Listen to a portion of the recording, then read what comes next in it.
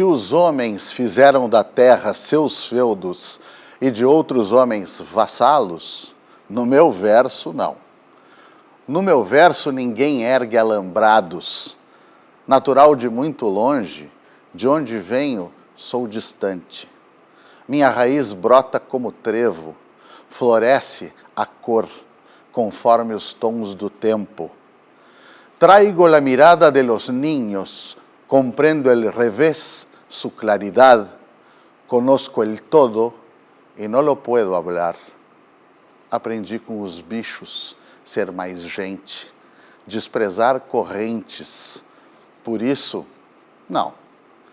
No meu verso, ninguém ergue alambrados. Bueno, gente, um grande prazer estar com vocês para mais um Cantos do Sul da Terra na TVE. E a ver, então, quem serão os nossos alambradores ou desalambradores neste domingo. Estamos presos na atmosfera, do sagrado alçapão da terra, do caroço coração da treva, nesse planeta de pessoas que tratam bicho como máquina e gente como animal. Estamos todos perecendo há horas.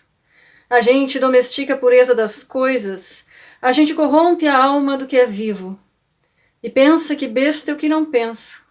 Ou sem ela desengano, abandono, desafeto, sou sem ela par sem par. Pobre baby sem um leito, sem um peito, sem um teto e sem canção de ninar. Aí estão ela e ele, Marcelo Delacroix e a Marília Cosby. Dispões de mim, um rio adormecido na cabeceira, corrente ao revés, mas o aquífero em seu ímpeto. Ao que faço versos, como bandos de beduínos invadem miragens antes que elas se desfaçam. Estes versos e aqueles com os quais eu abri o nosso programa de hoje são dela, Marília Cosby. Inalambrável beduína, que prazer te ter aqui. Tudo bom, Demétrio? Prazer é meu. Te agradeço pelo convite. Deixa eu contar para o pessoal aqui, meio a título de, não de fofoca, mas de bastidor, de cocheira, que a gente aqui chama uma pessoa, um convidado, e faz o crédito dessa pessoa de acordo com o que ela achar melhor, como ela se diz, como ela se quer dizer. E a Marília disse poeta. Eu sei que a Marília é poeta, mas sei que a Marília é antropóloga, é ensaísta, que a Marília atira com várias armas, embora talvez não seja a metáfora que ela preferisse. E ela disse, poeta. Eu respondi, no mas? Ela disse, poeta no mas. Poeta no mas. Tudo isso que eu falei e as outras coisas que eu não sei que tu desenvolves como trabalho teu, estão dentro disso de ser poeta? Sim, está numa busca por uma liberdade, né? E um jeito de fazer antropologia, por exemplo, que é a poeta que faz. E tudo começou pela poeta? Tu é poeta desde que... Como é que dizia o poeta aquele? Eu canto desde que me entendo, né? Tu é poeta desde que te entende? Não sei, mas sei que a antropologia, o trabalho com esse caminhar para longe de mim, para me olhar de longe, para olhar o meio de onde eu vim, de uma outra perspectiva, me levou a desenvolver, descobrir essas outras habilidades com a linguagem, né? Puxa, Os Baobás do Fim do Mundo, que é a primeira coisa que eu li tua, e eu acredito que seja a tua primeira publicação, a gente confirma aqui agora, foi. É algo de juventude, né? É algo que tu produziste já há bastante tempo, né? E é uma poesia, isso já é um chavão, em contraponto a isso, é uma poesia muito madura, né? A sensação que a gente tem com Os Baobás do Fim do Mundo.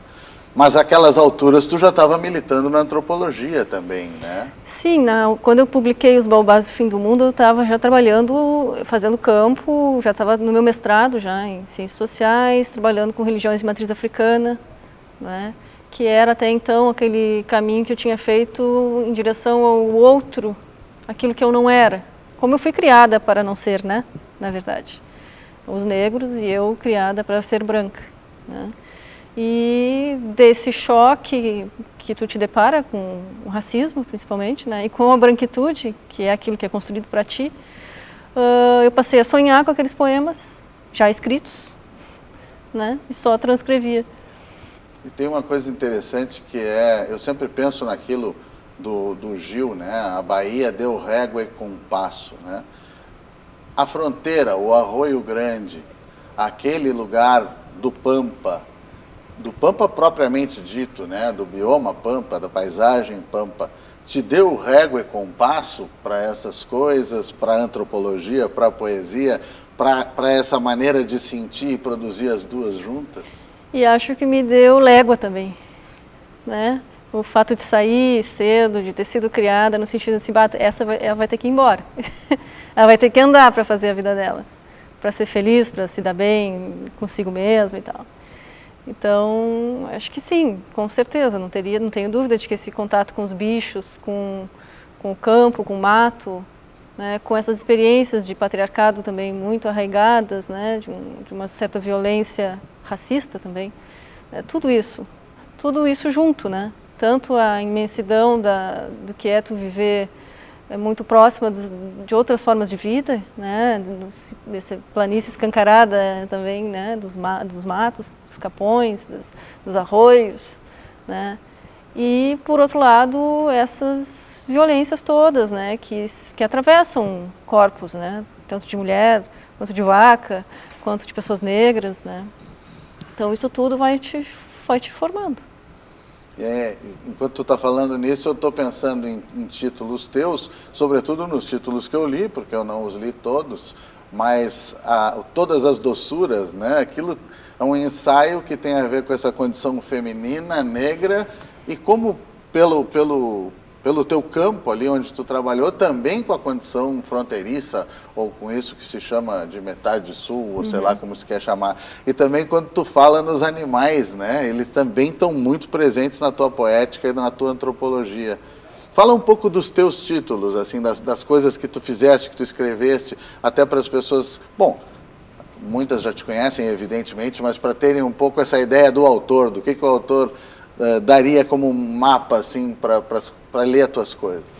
O primeiro livro que eu publiquei foi Os Baobás do Fim do Mundo, em 2011.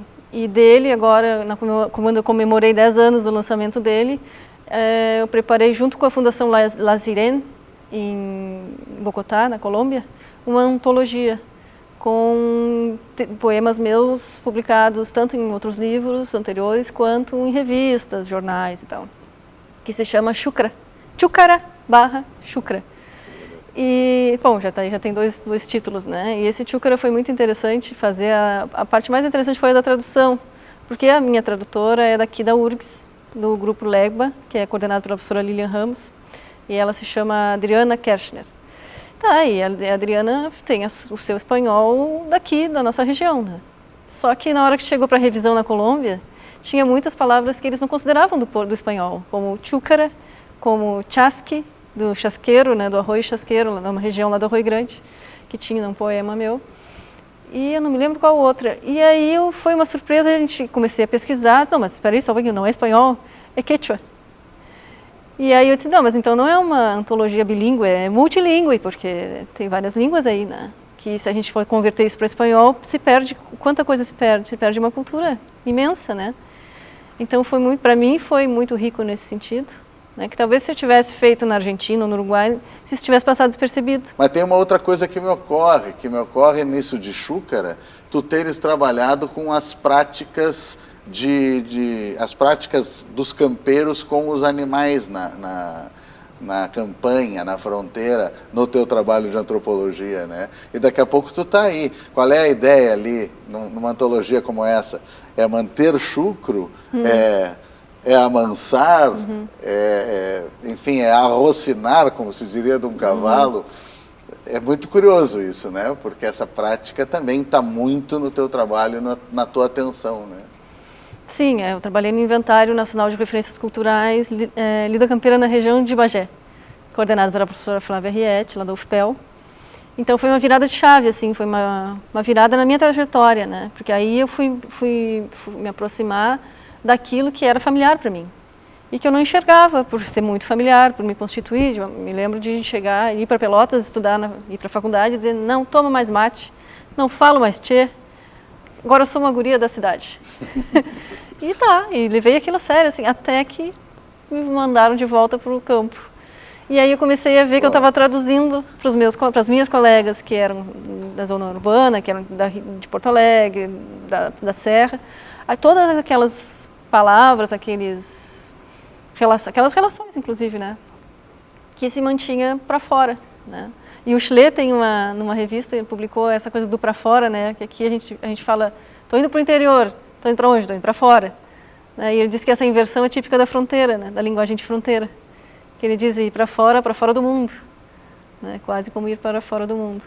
Então, essas coisas das palavras e da linguagem também estão sempre muito presentes, assim, né? na minha atenção, né? E da mesma maneira que tu tivesse que fazer uma adaptação dessa linguagem, uma compreensão dela lá com os colombianos, tu também tivesse que fazer com gente de quantos quilômetros de distância, entre Arroio Grande e Pelotas, pertinho ali, né? Mas em função de outra fronteira, que é essa rural urbano, né? Então a gente está sempre passando fronteira, né? Está sempre atravessando. E essa questão do feminino, que tu também associa à coisa da lida com o animal? Aí está o no Mugido, né? Enfim. Aí está num outro título, que é o Mugido, ou Diários de uma Doula, que é quando eu retorno, é justamente nesse momento em que eu retorno para o campo e passo a acompanhar o meu pai, que é veterinário, porque eu queria voltar para essa lida aí, e ele era uma pessoa que estava sempre indo para lá, para fora, e sempre passando de uma instância para outra, numa propriedade rural, diferentes modos de criar, né, da pecuária, ele transita. E aí eu passei a acompanhar e eu me dei conta que ele só me chamava para acompanhar ele nos partos de vaca, as vacas trancadas, né, que a gente chama.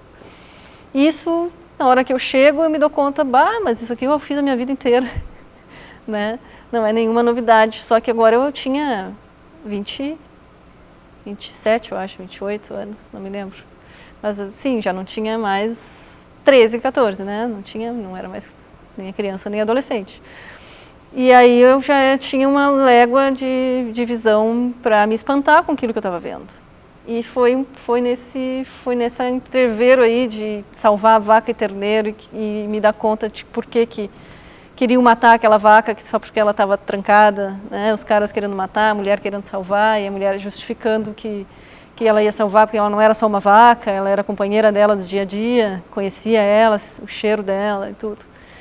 E os homens dizendo, mas isso é só uma vaca, né? Mas o que eu vou fazer com essa vaca machorra, que não presta para nada? E aí eu me dei conta, essa palavra, machorra, a gente ouvia a minha vida inteira como sendo uma ofensa, como sendo uma coisa muito carregada de violência, inclusive, né, de um ódio. E aí eu descobri de onde vinha essa palavra, né, que essa palavra é usada no sentido de ofender mulheres que não seguem uma heteronormatividade, ou que não se relacionam com homens, ou que se relacionam com mulheres, ou que não têm filhos, né, que não seguem um padrão patriarcal de vida afetivo-sexual. E ali naquele momento eu me dei conta de onde vinha a origem dessa palavra, que eu não sabia, né? Apesar de conhecer ela, eu não sabia que vinha da vaca que ou não ia mais dar cria, ou não dava mais leite, né? E que ela podia ser morta por isso. Deveria ser morta por isso. E o livro Mugido teve muitas interpretações, e isso é bom. E uma delas foi a de que seria uma crítica à cultura gaúcha. Mas é muito mais amplo que isso, né? É a partir da vivência do Pampa fazer uma problematização e até um manifesto contra essa matança desordenada que é da indústria da carne, né? Que é do próprio latifúndio, que é dessa monocultura de tudo, né? Que tu transforma monocultura de grãos em monocultura de música, em monocultura de vida, de tudo. Tu precisas ter muita certeza de que só uma parte dessa cultura é a cultura, para dizer algo assim, né? Que tu estás criticando a cultura gaúcha. Mas eu vou cantar alguma coisa para ti, para todo mundo, para nós, é claro. Mas para ti por quê? Porque eu comentava... Eu abri aqui hoje com aquela questão do alambrado, né? A poesia sem alambrado. E tu está falando em fronteiras e fronteiras que têm que ser rompidas. Eu estou pensando mais em desalambrar, em cortar arame, do que em fazer alambrados. Talvez tu esteja me sugerindo mais isso. Então eu trouxe aqui a desalambrar. Imaginem o contrário do alambrador, do fazedor de cercas. O cara que desfaz as cercas. A desalambrar do Daniel Viglietti, tão vizinho do Arroio Grande, uruguaio que era.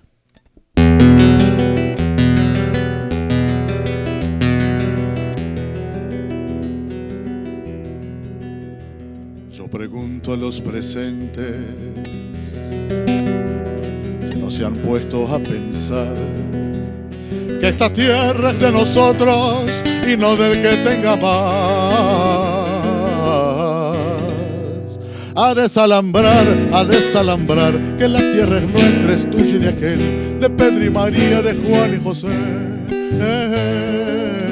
A desalambrar, que la tierra es nuestra, es tuya y de aquel, de Pedro y María, de Juan y José.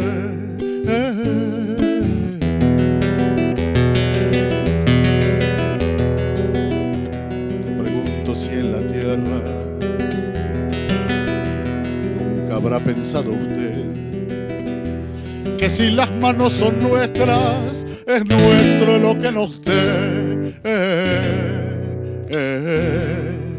A desalambrar, que la tierra es nuestra, es tuya y de aquel, de Pedro y María, de Juan y José. A desalambrar, que la tierra es nuestra, es tuya y de aquel, de Pedro y María, de Juan y José.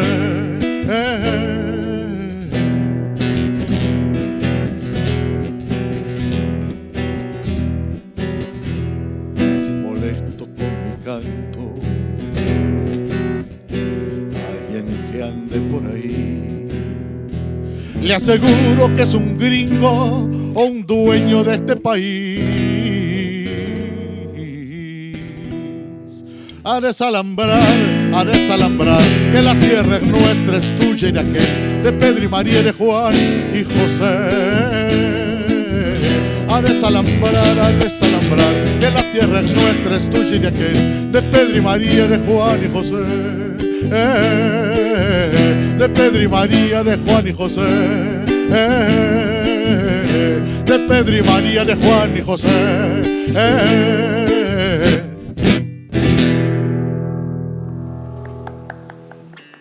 Aí, esse era o grande Daniel Viglietti, desalambrando como tu, desalambrando como poeta, como músico. Marília, fala pra gente dessas duas crias novas. Tu falou em cria, eu me lembro da palavra atravessado, quando o terneiro estava trancado, né?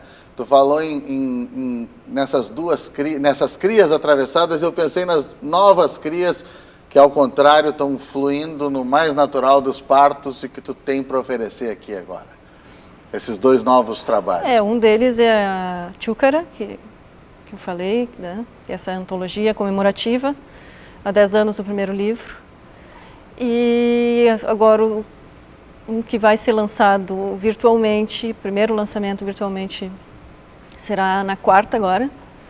É Genealogia das Mulas, né? Faz parte de uma coleção de poesia de mulheres da chamada Biblioteca Henriqueta Lisboa, que é uma poeta mineira e que sai pela editora Peirópolis de São Paulo. Então são poetas mulheres brasileiras nessa coleção. Que ótimo. Marília, te agradecer muitíssimo. Eu acho que as pessoas tiveram um contato importante com o teu pensamento, com a tua produção, enfim, principalmente para ir atrás, para buscar, para te acompanhar a partir de agora. O que tu quiseres dizer, para o pessoal aí, fica livre. Teu saludo final. Então, são saudações a todo mundo que nos assistiu e que a gente seja sempre um pouco chucra, no sentido de não se deixar domesticar a ponto de perder as nossas vontades, né? E o nosso desejo coletivo, assim, que nos faz gente, é coletivo, né? Então, nada em nome de nenhum interesse individual, oligárquico, fascista, a gente abra mão dessa nossa veia, dessa nossa pata chucra, né? Mesmo quando no inventário eu lembro de ter ouvido uma expressão que era ser domado para ser chucro. Tem cavalos que são domados para serem chucros. Então que a gente deixe sempre essa porta aberta aí, de não se deixar. Perfeito. Uma honra velhaquear, corcoviar ao teu lado. acho que também muita gente diria o mesmo que eu.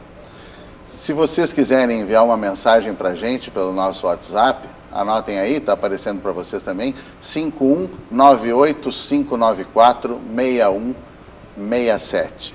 E também lembrem que vocês podem ver os programas no canal da TVE no YouTube. Ou seja, perdeu algum programa, quer rever uma parte, quer aproveitar algo de tão interessante que rolam em participações como essa da Marília, vai estar lá no YouTube. Agora a gente vai para um intervalinho e a gente já retorna.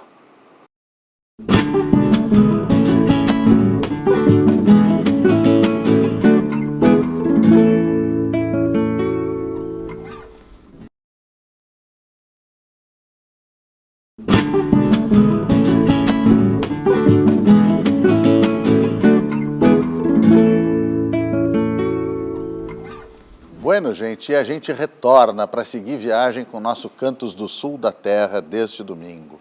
E eu quero começar hoje a fazer algo que já nos acompanha há muitos anos, desde o início do Cantos do Sul da Terra no rádio, na FM Cultura.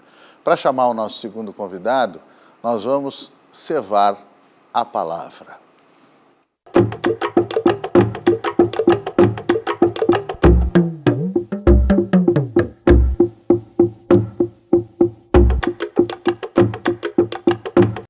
Um arrozal é sempre belo, sonhava o lembrado de trazer admiração, de admirar amor. Lá não a levavam, longe de casa, terra baixa e molhada, do mato onde árvores se assombram, ralhavam-lhe. E perigos, o brejo embrenha, vento e nada no ir a ver. Adiante, o capim muda de figura, rumo do rio, que a horas envia um relento, senão um sussurro, e do qual recebem os bois o aviso do cheiro d'água, que logo põem em mugidos, quando é de oeste que o vento vem. De dia, o calor na regência do sol, as fragas amareladas alumiavam montanhitância. Só em madrugadas e tardes se sofria o infrio e vento. O vento acaba sempre depois de alguma coisa que não se sabe. Marcelo Delacroix, uma alegria que os ventos tenham te trazido aqui hoje. Prazer te ter aqui. A alegria é toda minha, Demétrio, de estar aqui no teu programa, que já é uma tradição para nós, na FM Cultura e agora chegando na TVE, né? Nossa querida TVE.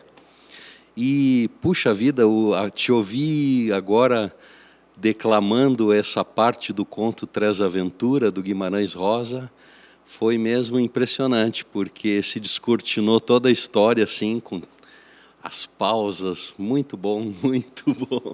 É muito lindo, né? É muito lindo o conto e toda uma atmosfera que pertence àquela obra ali, ao Tutameia. Eu também peguei essa última frase sobre o vento já sai um pouquinho do conto, mas eu não quis deixar de falar disso do vento. Tresavento é uma palavra muito forte, né? E eu penso na tua parceria, foi por causa disso que eu trouxe essa cevada, com o Guimarães Rosa, sim, mas mediada pelo Leandro Maia. Eu não sei se o Leandro concorda com isso, não sei se o Guimarães Rosa concordaria com isso. Ele já não está aqui, mas ele é que nem o sertão está em toda parte, o Rosa também está em toda parte. Então vamos dizer que é uma parceria dos três ao vento. Vou fazer um trocadilhozinho com esse negócio de três a vento, ficou mais ou menos. Ficou bom. Como é que aconteceu isso? Que história é essa de transformar um conto de uma linguagem tão complicada, né, numa canção bela como essa? Então, uns amigos lá de Amsterdã, a Chante Luz, filha do nosso roqueiro Foguete Luz, que é holandesa, nasceu lá, mora lá, casada com o Joris, amigo holandês, me propuseram que eu fizesse uma parceria com artistas de lá, brasileiros que vivem lá, e eles me mandaram esse conto do Guimarães, mineiros que são, mandaram o conto do Guimarães, Tresaventura, desse livro Tutameia, que conta a história da Maria Euzinha, propondo que a gente fizesse alguma coisa juntos com isso. Eu fui ler a primeira vez o conto, e por isso me impressiona assim, a tua leitura, né?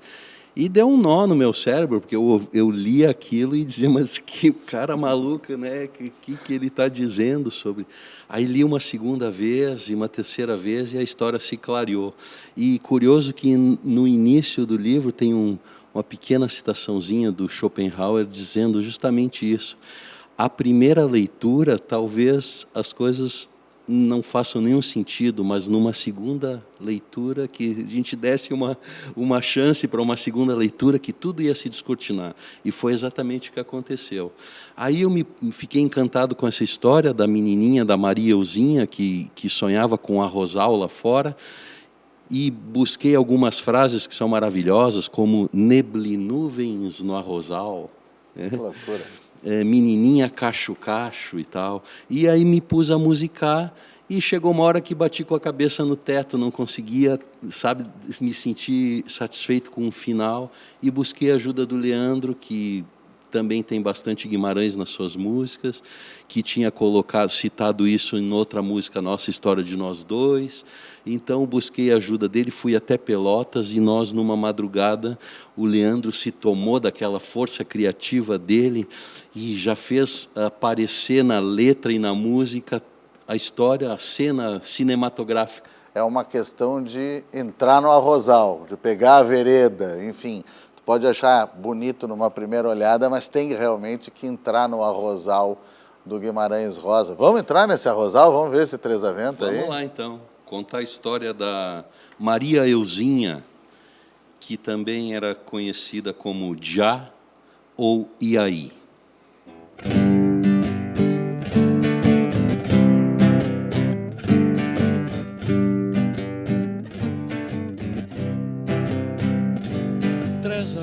Tresaventura, vento sopra no arrozal. Ninguém viu Maria Euzinha se esgueirando, se escondendo, pensando toda ideiazinhas, sem limites disse embora, sem ruído, sem demora, para agora ser momento de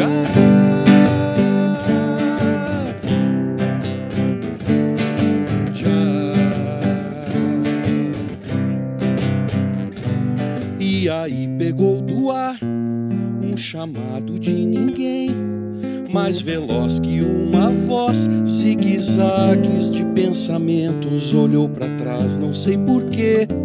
Sua casa ainda era a mesma, mas seu coração pequeno já não era mais o mesmo. Então, corre que hei de que vou, hei de que vou. Mas olha que o arrozal, ele é perigoso, tem cobra e é obra do dengoso, é brejo, embrenha, febre e vento, é lindo e um grande tormento. O sapo tá todo estribuchado na boca da cobra do diabo, é pedra na cobra, é cusparada, e ela venceu. Treza vento, treza aventura, neble nuvens no arrozal, narizinho de rebeldia, as menininha, cacho, cacho, chacoalhando pensamentos, mais veloz do que outra vez, não cedia do desejo, e mais agora que você é você. Corre que hei de que vou, Mariãozinha, hei de que vou. Mas olha que o arrozal, ele é perigoso, tem cobra e é obra do dengoso, é brejo, embrenha, febre e vento, é lindo e um grande tormento. O sapo tá todo estribuchado na boca da cobra do diabo, é pedra na cobra, é cruz parada, e ela venceu. Treza vento, treza aventura, neble nuvens no arrozal, narizinho de rebeldia, as menininha, cacho, cacho, chacoalhando pensamentos, mais veloz do que outra vez, ir embora sem demora, logo agora que você é você.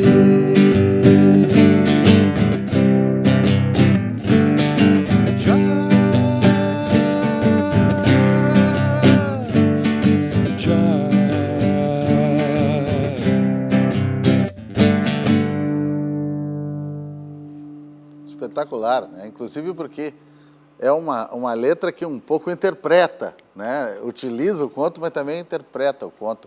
E a gente fica pensando, o cara do mundo dos jagunços mais brabos e mais duros e da dramaticidade mais terrível, né? Fazer essa coisa que tem momentos de uma doçura impressionante com um personagem que é uma menininha, meio lúdico, meio... É um enorme parceiro esse Guimarães Rosa.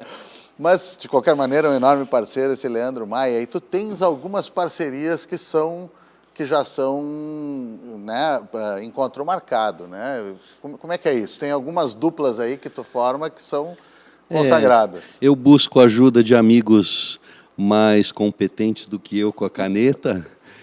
Não me sinto muito à vontade, às vezes coloco coisas, rabisco coisas no papel, ideias, às vezes uma estrofe inteira e tal, mas o desenvolvimento disso acaba eu me policiando um pouco e caindo nos chavões, assim, eu não curto. Então busco a ajuda desses amigos, às vezes, na maioria das vezes, mandando a música e eles colocando letra, ou acontece o oposto também, recebo uma letra e coloco música. Gosto de musicar uns poemas de alguns poetas, os mortos, porque não vão reclamar, né? Talvez possam reclamar, não sei. Talvez. Mas tem aí alguns habituês, quer dizer, o Leandro, o Ronald. O Leandro já é um parceiro, o Ronald Augusto, o Arthur de Faria, né? E alguns que eu vou, assim, buscando como prêmios de vida, ser parceiros de pessoas que eram minhas referências, meus ídolos, o Nelson Coelho de Castro, o Raul Elvanger, o Jerônimo Jardim, né? Aos poucos me tornando parceiros desses que foram minhas referências. Pois é, tu fala nesses personagens, referências tuas, né? Eu fico pensando no seguinte, tu tem uma trajetória já bem antiga, e isso não é aquele eufemismo para dizer, não estou chamando ele de velho, mas já sou a vovô. Verdade é que tu começou bem novinho. Já é vovô também, tem mais essa. 2 netos. Mas tu começou bem guri também, né? Aquela idade que a gente é picada pelo mosquito, assim, eu acho que ali pelos 12, 13, 14 anos a coisa tomou corpo, né? Ali com 16 eu já me sentia um músico. Estava pronto. Agora há pouco a gente falando com a Marília Cosby, falava sobre fronteiras e arames e aramados e a necessidade de cortar esses arames. Mas talvez tu tenhas estado a maior parte desse tempo num universo bem urbano, né? Bem porto-alegrense e urbano, digamos assim. E de um tempo para cá, tu encontraste parcerias e ambientes também no povo do Festival Nativista, de algumas iniciativas mais tendentes à música crioula e tal. Como é que foi? Sim. Como é que tu te deste nesse meio? É que quando eu tinha ali pelos 16 anos, já estava tocando um pouquinho de violão, um amigo de Santa Maria me apresentou um disco da Califórnia da canção nativa, acho que era a Sexta Califórnia. Eu bem adolescente, começando a tocar, né? E aquilo me descortinou um universo que eu não conhecia de toda a América Latina, dessa linguagem latino-americana. Daí, a partir dali, eu descobri Mercedes Sosa e se abriram as portas da América Latina, né? Com Violeta Parra, com Vitor Jara, com Silvio Rodrigues, e aqui no Uruguai, com Léo Maslia, com Daniel Vigletti.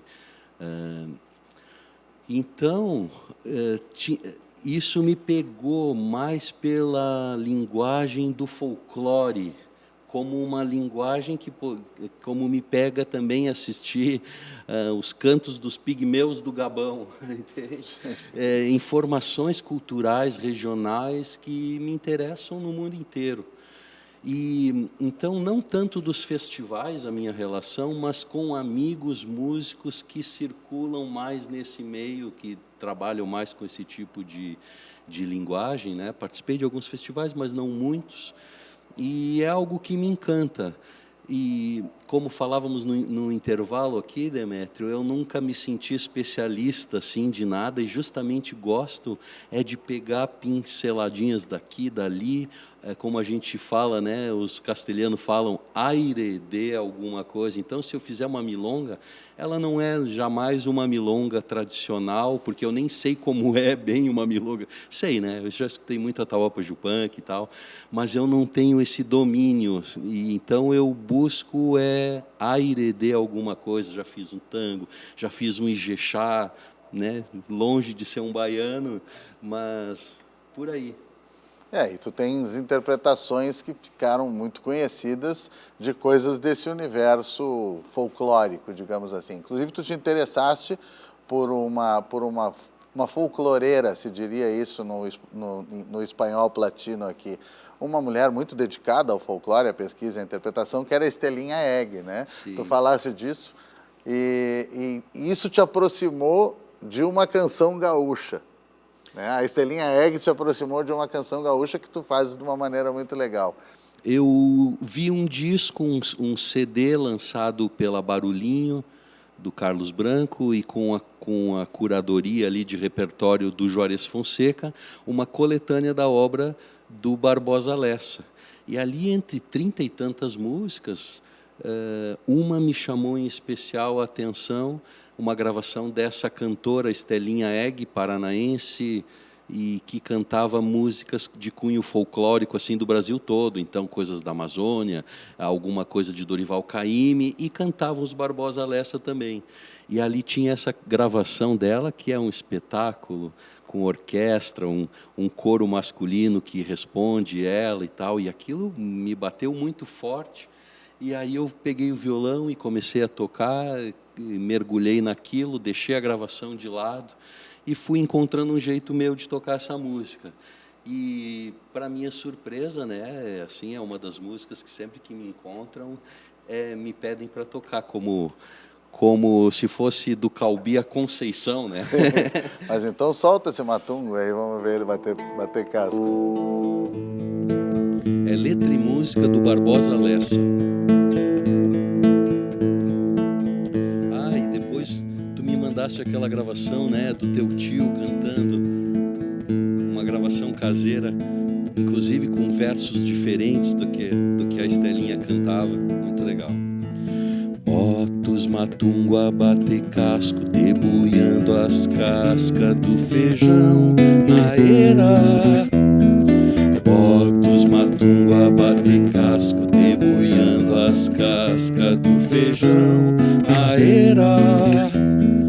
Bota os matungo a bater casco, debulhando as cascas do feijão na eira. Bota os matungo a bater casco, debulhando as cascas do feijão na eira. A eira é um curral pequeno e redondo, por isso os matungo arrodeando vão indo e voltando pro mesmo lugar.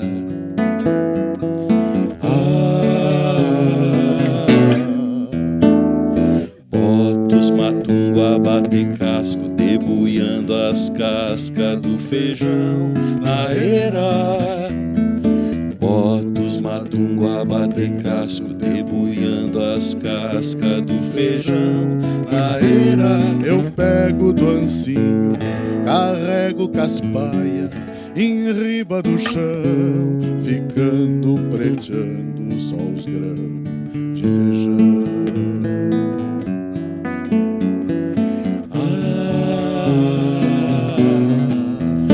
Os cavalos encerrados no meio da era são tudo amontado e obrigado a trotear sem parar, sem parar, sem parar, sem parar, até cansar, sem parar, sem parar, sem parar. En el cerro está nevando, sem parar, las sendas ya no se ven, pero tengo buen caballo y no me he de quedar de a pie. Huella, huella, huellita, mi colorao, ya no me queda nada, todo le he dado. Sem parar, sem parar, sem parar. E por mais que eles marchem no trote, troteando, vão sempre voltando e cruzando no mesmo lugar. Sem parar, sem parar, sem parar, até cansar.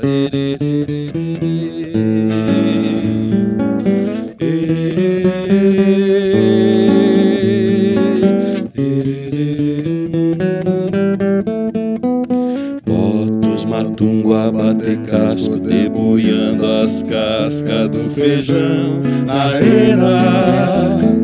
Bota os matungo a bater casco, debulhando as cascas do feijão na era. A era é um curral pequeno e redondo, por isso os matungo arrodeando vão indo e voltando pro mesmo lugar.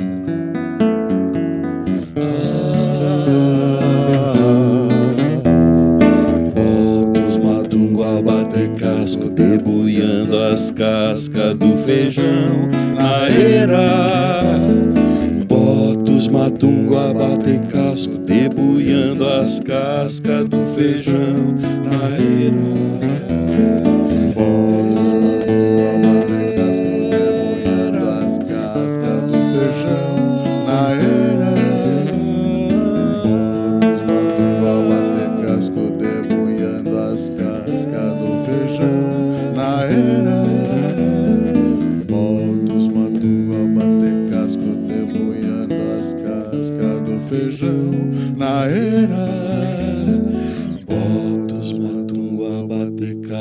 Debulhando as cascas do feijão na era.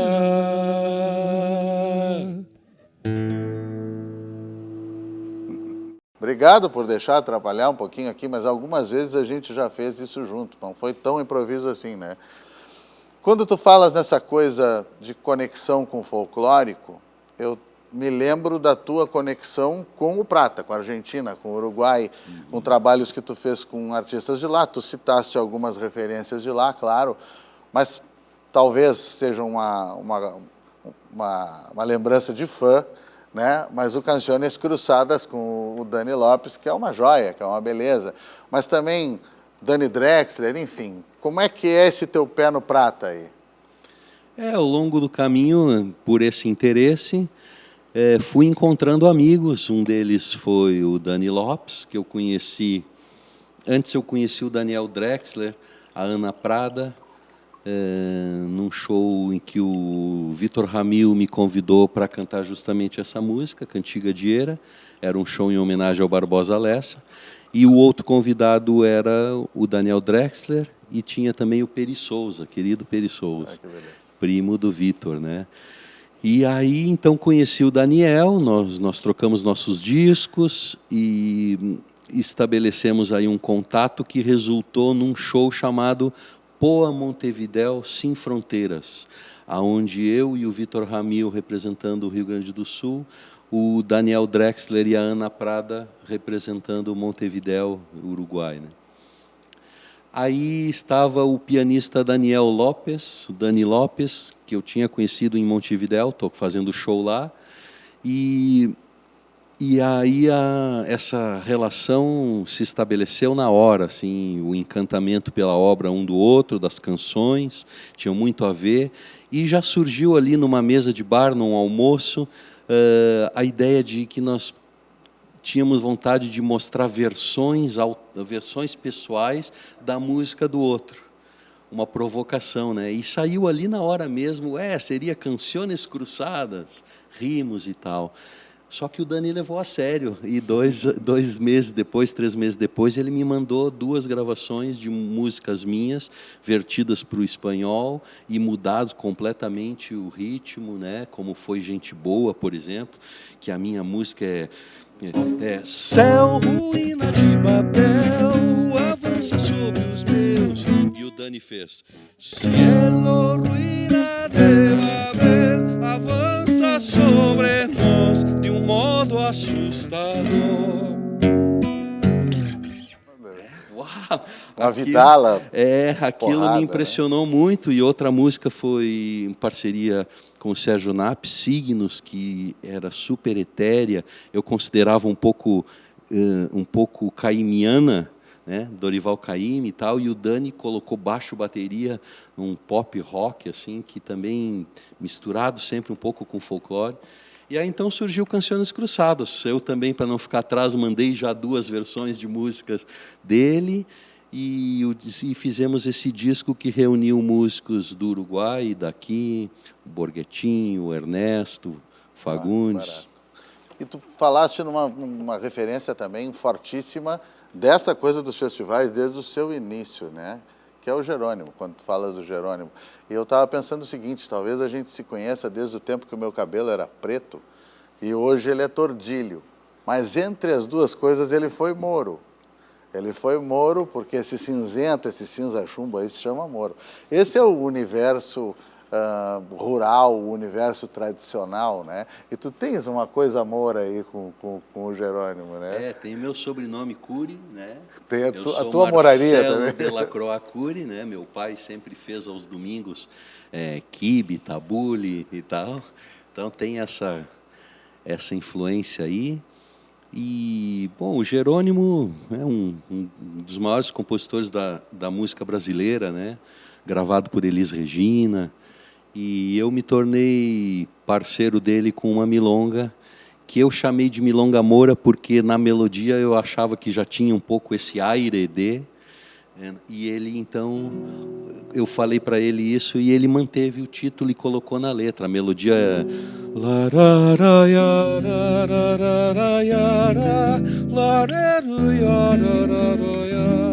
Tem um ar meio mouro aí, né?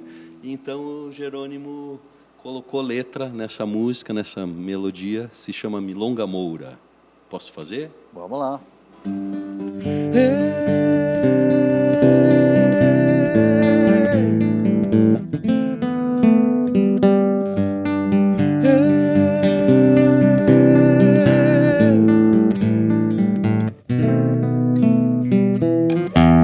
Milonga Moura me faz cantar novos compassos pra contar, velhos sabores pra esquecer, com novas cores viver. Milonga Moura não faz penar, vou um triste andeiro a bom sonhar, sem paradeiro, ainda sem crer que há luas claras pra ver. Não temo mais um boitatá, nem tente amor a vir me vencer.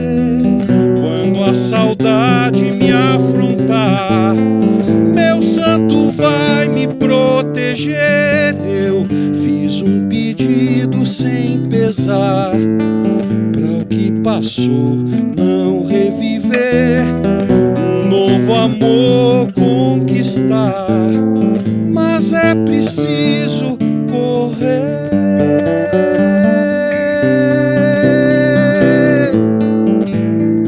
Não olhar para trás.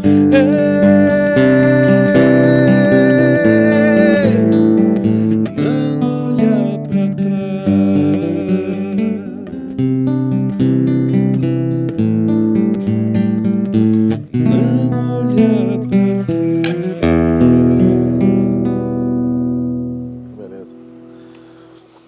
Marcelo Delacroix tem carteirinha de sócio-atleta dessa casa aqui, dessas casas, e nem teria sentido que as emissoras públicas não tivessem atentas ao trabalho de um cara como ele.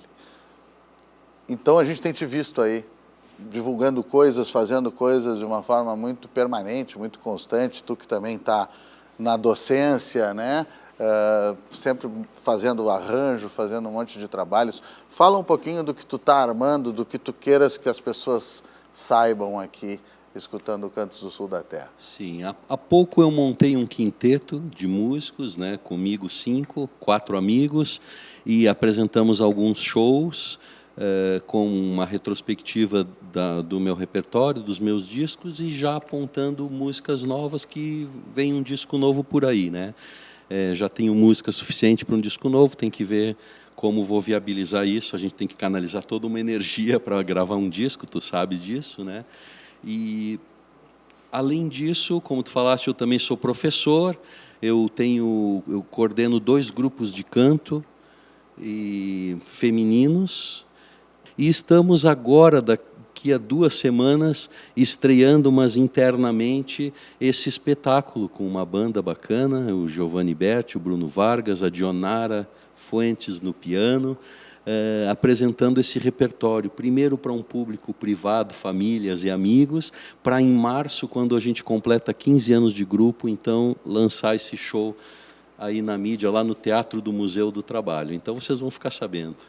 Tá todo mundo já na expectativa, então tem muita coisa boa para aparecer por aí. Marcelo Delacroix, muito importante para nós te ter aqui, certamente para as pessoas que estão em casa também. Muito obrigado. Querido, é uma honra para mim estar aqui contigo. A gente se observa desde a adolescência, né? Os dois aí galgando a construção dessa carreira artística, aprendendo o que é ser músico, o que é ser artista, né? Então eu fico muito feliz de a gente agora, nessa altura da vida, estar junto.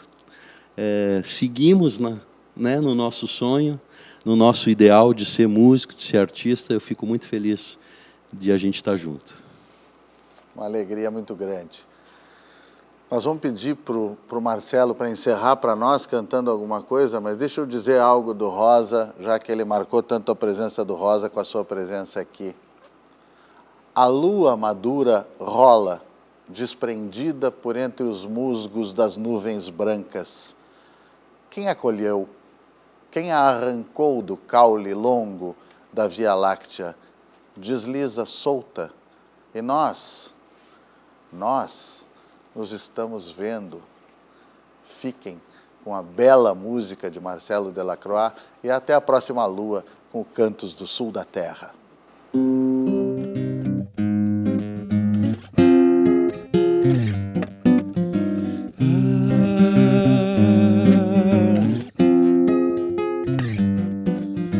Ele, Dom Quixote, ela Dulcineia, era a história de nós dois. Ela era divina, ele uma comédia, era a história de nós dois. Sempre que enfrentei moinhos, foi sozinho e sem ninguém.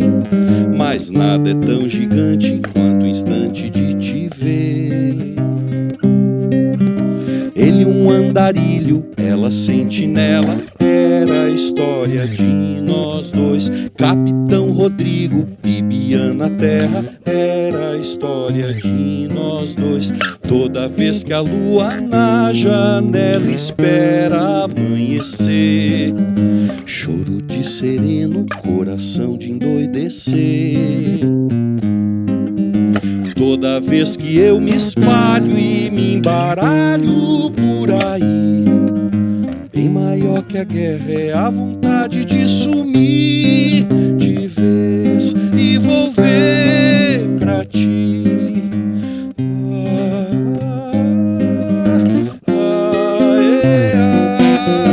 Ele Riobaldo, ela era segredo, era a história de nós dois. Ela cangaceira, ele era desejo, era a história de nós dois. Sempre que eu cruzei veredas e cerrados sem ter fim, pude ter certeza que amei de Adorim.